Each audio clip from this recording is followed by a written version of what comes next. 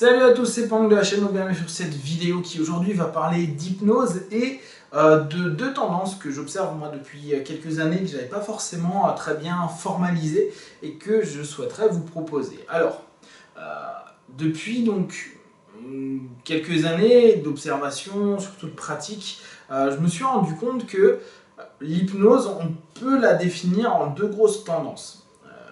Une hypnose qui va être plutôt basée sur l'ensemble du processus de suggestion que nous allons mettre en place, c'est-à-dire comme on crée un état de transe, cet état de transe est un état d'hypersuggestibilité et que par rapport aux suggestions et à la stratégie de suggestion, on souhaite que le partenaire puisse avancer, évoluer et intégrer cette suggestion pour une transformation ou en tout cas une évolution.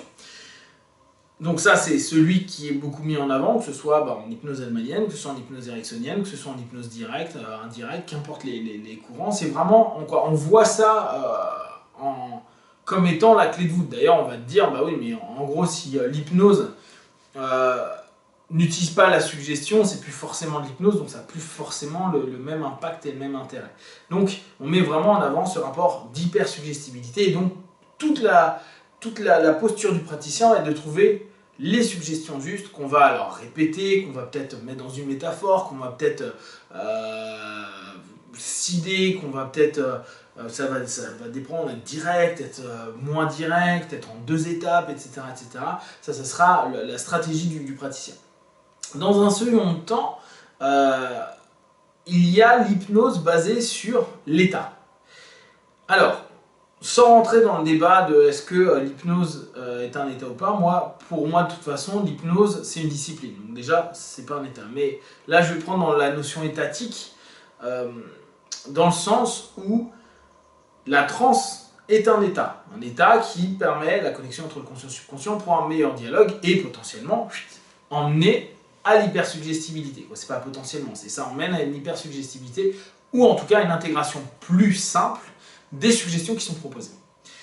Seulement, une des variables donc, qui est très hahnemannien, très capazien, très hypnose plutôt classique, parce que Bernheim parlait aussi de niveau de profondeur, on a cette notion de profondeur, c'est-à-dire on emmène dans une transe plus ou moins profonde. Moi, en hypnosophie, je parle du fait que la transe doit être équilibrée.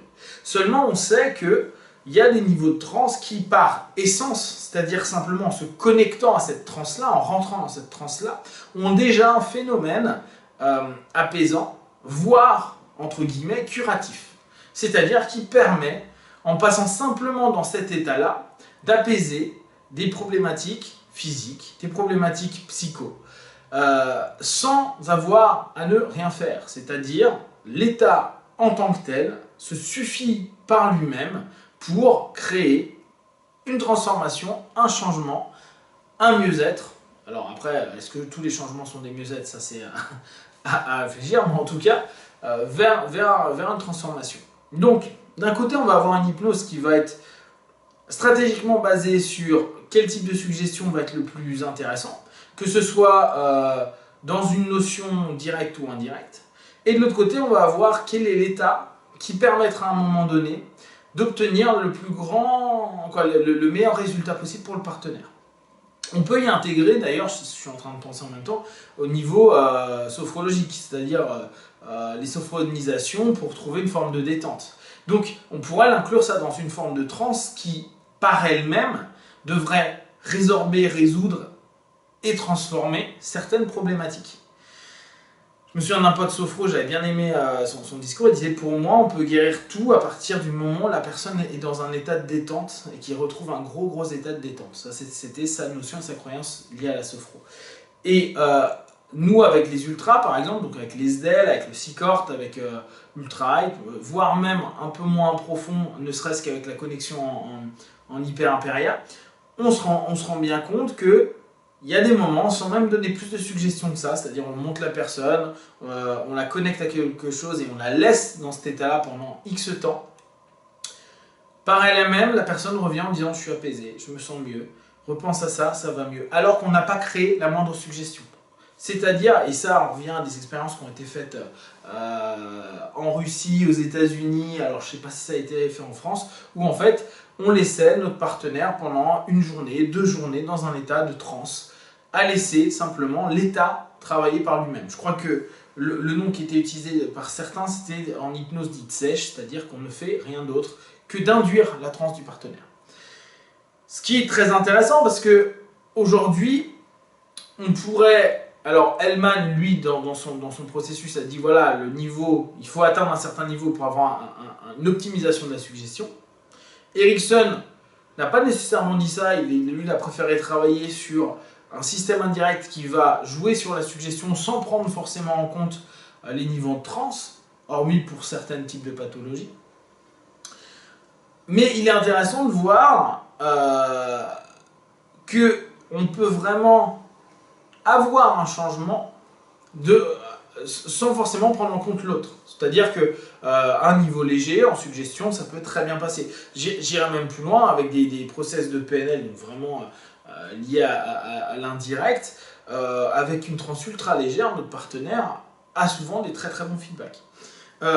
Et de l'autre côté, on va sur un ultra depth, on va sur un C-Chord state, et des personnes qui avaient des pathologies physiologiques reviennent avec un amoindrissement de leur pathologie, leur douleur, de leur malaise, etc. Pour autant, on n'a rien fait d'autre que de l'emmener dans l'état. Donc, l'un comme l'autre nous propose 2 process. Il y a certainement, après, on se doute bien, là ça nous donne 2 types de polarité. Et après, on va avoir une infinité d'utilisation en fonction de nos écoles, en fonction de nos processus, en fonction de nos réflexions, qui vont emmener à utiliser plus une profondeur, plus la suggestion, et ainsi de suite pour arriver à une optimisation, sachant que pour certains, il faudra peut-être aller à une polarité, mais que la plupart, voire 90% des gens, il va falloir passer de l'un à l'autre, bouger, travailler, que ça va être complètement mixte. Mais faire cette distinction sur les hypnoses, en tout cas sur les processus et la recherche qu'on va avoir nous en tant que praticiens, est-ce que je cherche de créer un état potentiel positif à mon partenaire, ou est-ce que je cherche que l'état suffise simplement à une hypersuggestibilité? Ça va nous faire travailler de manière complètement différente, et les stratégies qu'on va mettre en place ne seront plus du tout les mêmes, parce que on verra que certains états n'amènent pas le même type de rapport que d'autres états. Donc si on est dans la compréhension ou dans l'acceptation potentielle à certains moments, voire à l'écoute du partenaire sur certaines transes, c'est ok, mais quand on se coupe complètement du partenaire, il se passe autre chose. Donc il faut utiliser et travailler avec des leviers différents. Voilà, bon, pour aujourd'hui, je vais m'arrêter là. Comme d'habitude, c'est des questions, des remarques ou des observations, partagez-les sur Facebook, ouais, ça peut être une nouvelle marque, Facebook ou YouTube. Et comme d'habitude, de ce que je propose, prenez simplement ce qui est bon et juste pour vous. Le plus important, c'est vraiment que vous puissiez trouver vos explications, votre cheminement, mettez en pratique pour voir ce qui vous parle réellement et rejeter ce qui n'est pas utile pour vous. Prenez soin de vous. Be one. Ciao!